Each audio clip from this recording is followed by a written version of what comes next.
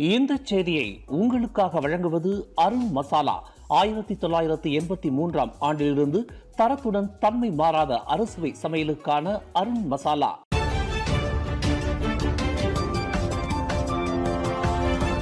வணக்கம். திசைகளின் ஒரு மணி செய்திகள். மலேசியாவின் தேசிய சம்பள ஆலோசனை மன்றத்தின் துணைத் தலைவராக ராஜேஸ்வரி கருப்பையா நியமனம். மலேசிய தொழிலாளர்களின் சம்பள நிர்ணயிப்பில் முக்கிய பங்காற்றி வரும் தேசிய சம்பள ஆலோசனை மன்றத்தின் துணைத் தலைவராக திருமதி ராஜேஸ்வரி கருப்பையா நியமிக்கப்பட்டுள்ளார். மலேசிய தொழிலியல் நீதிமன்றத்தின் முன்னாள் தலைவரான ராஜேஸ்வரி தேசிய சம்பள ஆலோசனை மன்றத்தின் துணைத் தலைவராக நியமிக்கப்பட்டதற்கான கடிதத்தை மனிதவள அமைச்சர் ஸ்டீவன் சிம் வழங்கினார். தொழிலியல் மன்றத்தின் தலைவராக 32 ஆண்டுகளுக்கு மேலாக பணியாற்றி தொழிலியல் சட்ட சிக்கல்களை நன்கு அறிந்து சட்டத்துறையில் நிபுணத்துவம் பெற்றவரான ராஜேஸ்வரி தேசிய சம்பள ஆலோசனை மன்றத்தின் துணைத் தலைவராக நியமிக்கப்பட்டது மூலம் முக்கிய பங்களிப்பை வழங்குவார் என்று அமைச்சர் ஸ்டீவன் சிம் நம்பிக்கை தெரிவித்தார். திருமதி ராஜேஸ்வரி லண்டன் பல்கலைக்கழகத்தில் சட்டத்துறையில் LLB ஹான்ஸ் பட்டத்தை கொண்டுள்ளார். தொழில்துறை சர்ச்சைகளுக்கு தீர்வு காணும் MCAIRB நடுவர் மன்றத்தின் உறுப்பினராகவும் ராஜேஸ்வரி பெரும் பங்களிப்பாற்றியுள்ளார். அமெரிக்கா வாஷிங்டனில் உலக வங்கியில் சட்டத்துறையில் ஆலோசகராகவும் மலேசிய தொழிலாளர்களுக்கான குறைந்தபட்ச சம்பள நிர்ணயம் உட்பட மலேசிய தொழிலாளர் கொள்கை மீதான சட்டம் வகுப்பாளராகவும் பணியாற்றியுள்ள ராஜேஸ்வரி மலேசியாவில் தொழிலியல் நீதிமன்ற தலைவராக பணியாற்றிய காலத்தில் நிர்ணயிக்கப்பட்ட KPI அடைவு நிலையை விட கூடுதலாக உச்ச அடைவு நிலையை பெற்று சீரிய முறையில் பங்காற்றியவர் என்று அமைச்சர் ஸ்டீவன் சிம் புகழாரம் சூட்டினார்.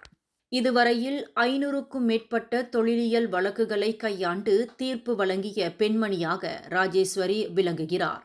மலேசிய வரலாற்றில் சம்பள பேச்சுவார்த்தை மன்றத்தில் மிக உயரிய பொறுப்பை வகிக்கும் முதலாவது இந்திய பெண்மணியாக ராஜேஸ்வரி திகழ்கிறார்.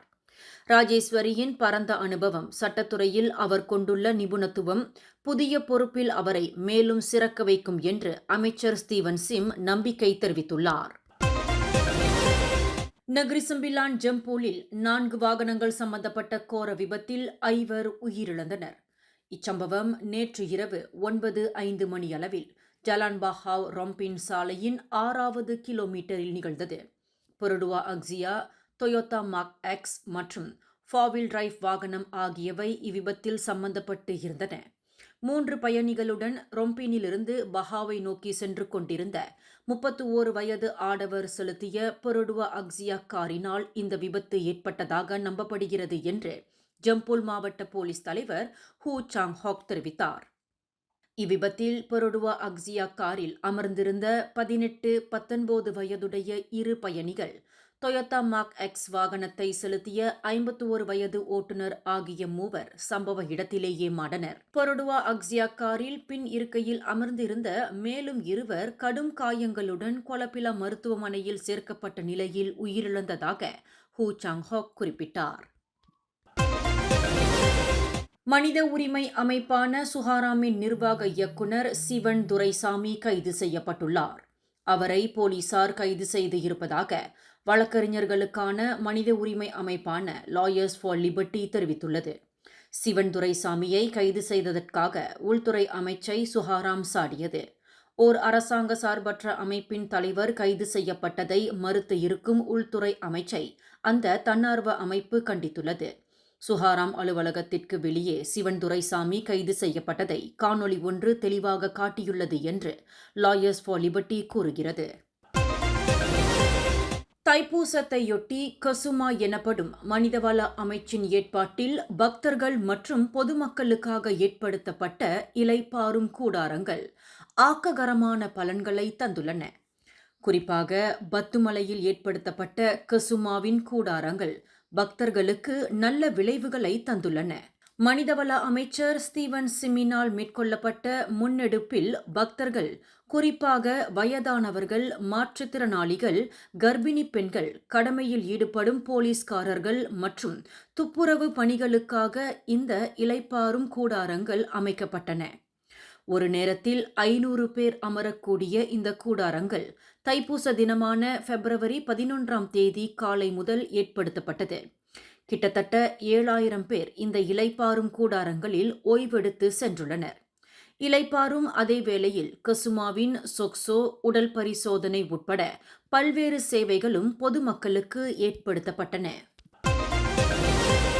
துப்பாக்கி மற்றும் 30 தோட்டாக்களை தன் வசம் வைத்திருந்த வணிகருக்கான தடுப்பு காவல் மேலும் 2 நாட்களுக்கு நீட்டிக்கப்பட்டுள்ளதாக அம்பாங்ஜயா மாவட்ட போலீஸ் தலைவர் உதவி கமிஷனர் முகமது ஆசம் இஸ்மாயில் தெரிவித்தார்.